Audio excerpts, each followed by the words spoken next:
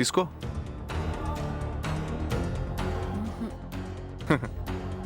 మానేసావా? నువ్వు చెప్తానన్న విషయం ఏంటో ముందు చెప్పు. ఎందుకు కంగారు పడతావు?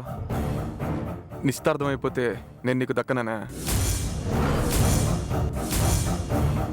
పెళ్ళైన తర్వాత కూడా నేను నీకు దక్కుతాను. ప్రాక్టికల్గా ఆలోచించు, నీకే అర్థమవుతుంది. గుండెల నిండా ఉన్న ప్రేమ కడుపు నిండా అన్నం పెట్టదు తారా.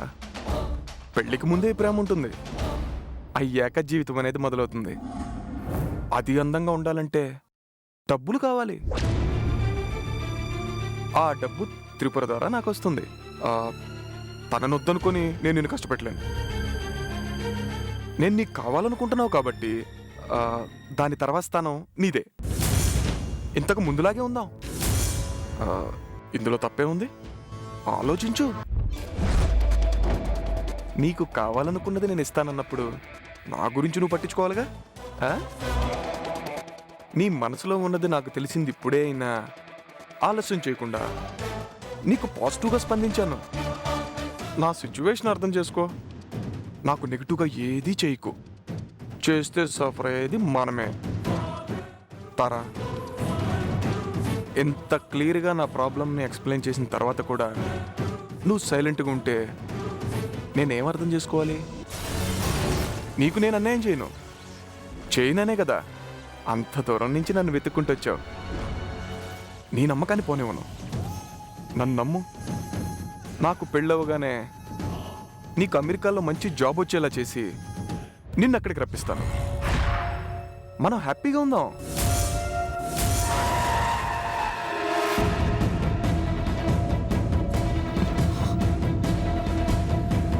త్రిపుర, త్రిపుర, తలుపు తీ. త్రిపుర, ప్లీజ్ నా మాట విను.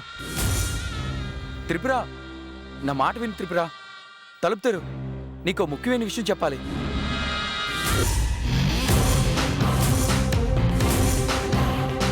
నువ్వు ఇక్కడ ఉండు, నేను ఇప్పుడే వస్తాను.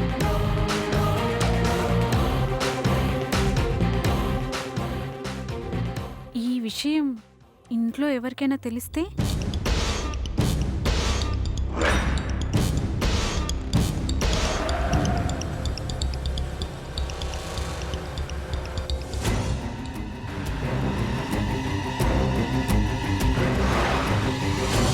రేయ్, అది బయట ఉంది. మీరు కూడా బయటకు వచ్చి దాన్ని అబ్జర్వ్ చేస్తూ ఉండండి.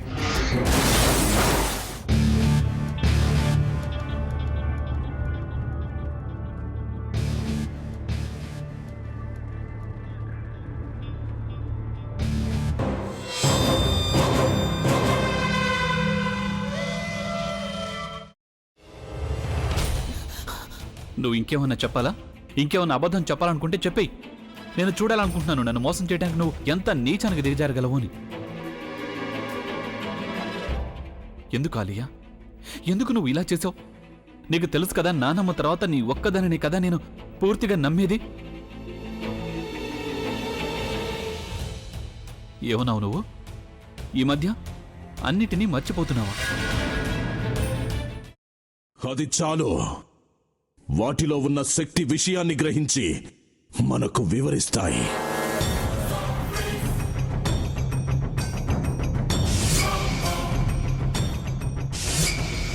ఎవరు ఆ దండ విప్పొద్దు, గది తలుపులు తెరవద్దు.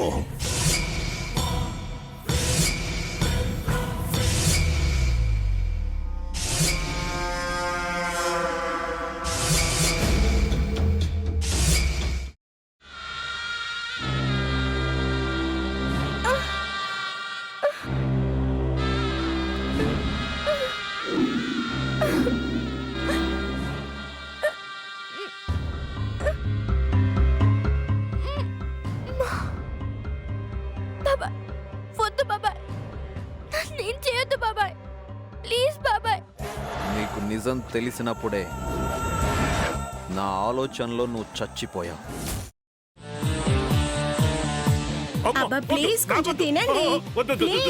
భీమారావు గారు, మీరా? ఇగో మీరా కాదు, సక్కుబాయ్. అవును, మీ పనామే లేచిపోయిందని చెప్పి కంప్లైంట్ ఇచ్చినావు కదా. రేయ్, ఆయన కంప్లైంట్ ఇచ్చింది లేచిపోయిందని కాదు, కనిపించడం లేదు అని. అట్లానా? సరే మేడం. ఇడియట్. ఆ వంట మనిషి పేరేంటన్నారు? రత్తాలు మేడం. ఏం పెద్ద మంచి, నీ వంట మంచిని కూడా మేడం అని పిలుస్తావా? రేయ్ హాఫ్ బ్రెయిన్,